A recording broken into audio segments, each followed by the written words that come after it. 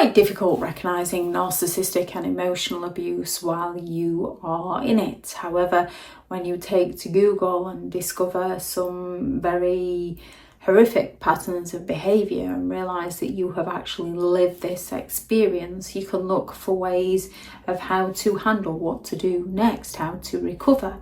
And one of those methods is by going no contact with a narcissistic individual, which is far easier said than done. However, it is one of the most powerful steps for breaking free and healing from narcissistic and emotional abuse. However, it does come with its own challenges. We can often think that no contact, that's it, the end, no more. Unfortunately, narcissistic individuals tend to have other ideas. They like to try and remain in control. They like to try and get one over you. They don't want to see you doing better without them. Even if they've got a new supply, even if they've got a whole new family, they can still come after you while accusing you of being obsessed with them, the narcissist projection. When you go no contact with a narcissistic individual, there can be the immediate pushback, especially if they haven't got a new source of supply lined up. There can be the desperate calls, the text messages, the sudden fake emergencies. They've got a sudden illness, there's something wrong with a family member, they've lost their job, they need you for something. This is not love. It's purely panic because they're losing control. They're looking to exploit your empathy. They're looking to guilt trip you straight back into their games. Narcissists can seek revenge by smearing your name. They want to run around making you look crazy, making you look obsessed, making you look bitter, making you look jealous, making you look unstable so they can play the victim of, see, look what I had to deal with, and get the praise for escaping you. Narcissists will twist the story, they'll lie, they'll tell half-truths, and they will go all out to paint themselves as the victim. And as they are so convinced that they are the victim, they are very convincing towards others who tend to believe the narcissistic individual.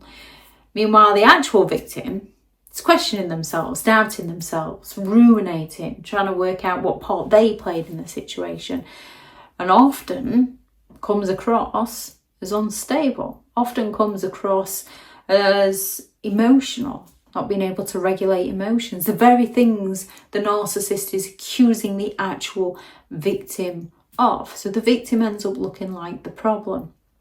Narcissists can get their flying monkeys to come after you. They can get friends, family members, mutual contacts to suddenly message you about how terribly you've treated the narcissist or how the narcissist is struggling without you.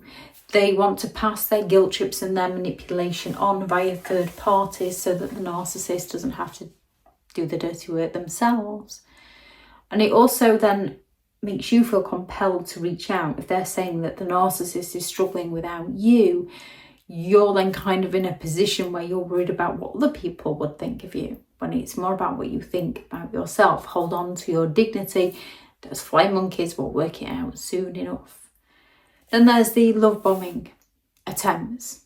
You may get lots of false apologies from them. You might get promises of change, those emotional pleas, all designed to pull you back in. However, once they get you back, they return straight back to the person you were trying to go no contact with. There can be the withdrawal symptoms for yourself. That trauma bond creates the intense craving from the highs and the lows of the relationship with a narcissistic individual. The lows bring in that cortisol from the stress of the relationship, which in high doses, and it becomes very addictive on the mind. It can also affect the mind, the brain, in lots of different ways. It can affect the hippocampus, which is your ability to store memories, which often aids the narcissist gaslighting when they say, how can you not remember And as you're struggling with your memory, you genuinely believe that you're the issue.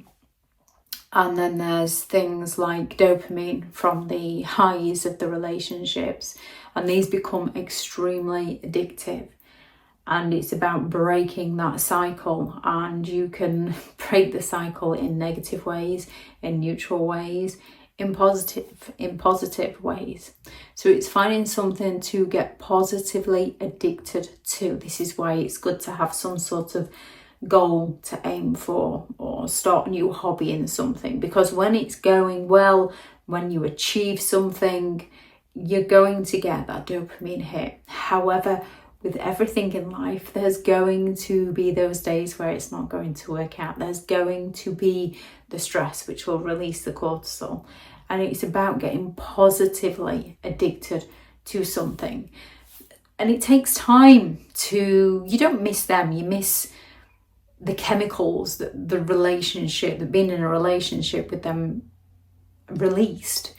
Or once you break that trauma bond, you realise that you don't even like them as a person. They're a horrible person. And over time you get that clarity. With space from the narcissist, your mind begins to clear the negative impacts it had on the brain, such as your hippocampus and your amygdala, which heightens the sense of fear. So you're constantly in that state of hypervigilance, you're constantly in a state of anxiety. And the more distance you get and the more you focus on rebuilding yourself, those heal, and your memory becomes clearer. The panic becomes less. The manipulation that you've been through becomes far easier to see, far easier to spot. The more you work on yourself, you can start to rebuild your self-esteem and your confidence. And eventually this all leads to that inner peace. After a narcissistic relationship, their words can linger in your mind for quite a while. However, eventually the noise begins to fade. Their words begin to fade as you step out and prove to yourself that you can do all those things they said you couldn't.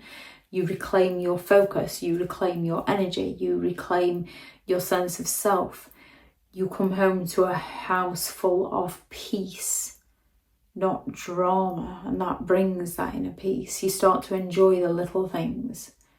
No contact isn't easy. However, it is freedom. It's all about consistency.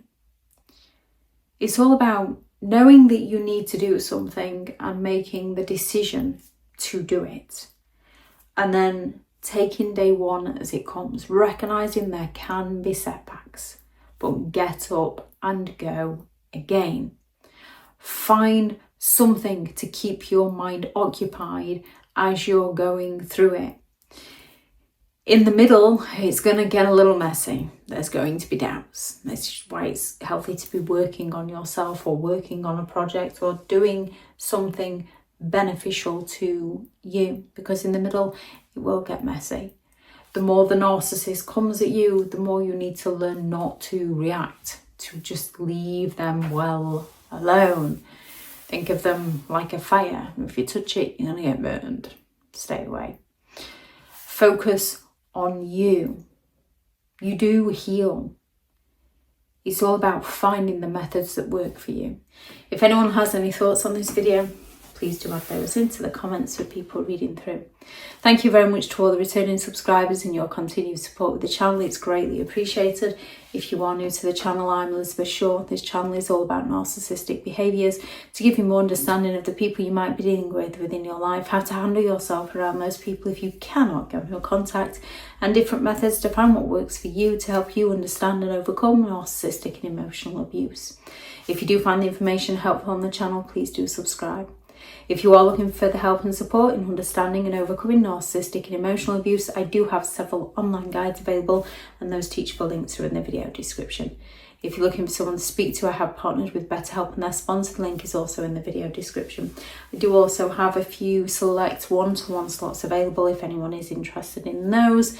they're in the description also, as well as the Amazon links to the books that I have available, which are How to Create Boundaries Around Those Who Have No Respect for Your Boundaries, 15 Rules to Deal with Narcissistic People, How to Stay Sane and Break the Chain, Healing from Narcissistic Abuse, a guided journal for empowerment and recovery, a Narcissist Handbook, the ultimate guide to understanding and overcoming narcissistic and emotional abuse, and Behind the Mask, The Rise of a Narcissist, which is a novel. If anyone is interested in any of those, the links are in the description. Go out there and create the day that you deserve, because you do deserve to have an amazing day. Bye.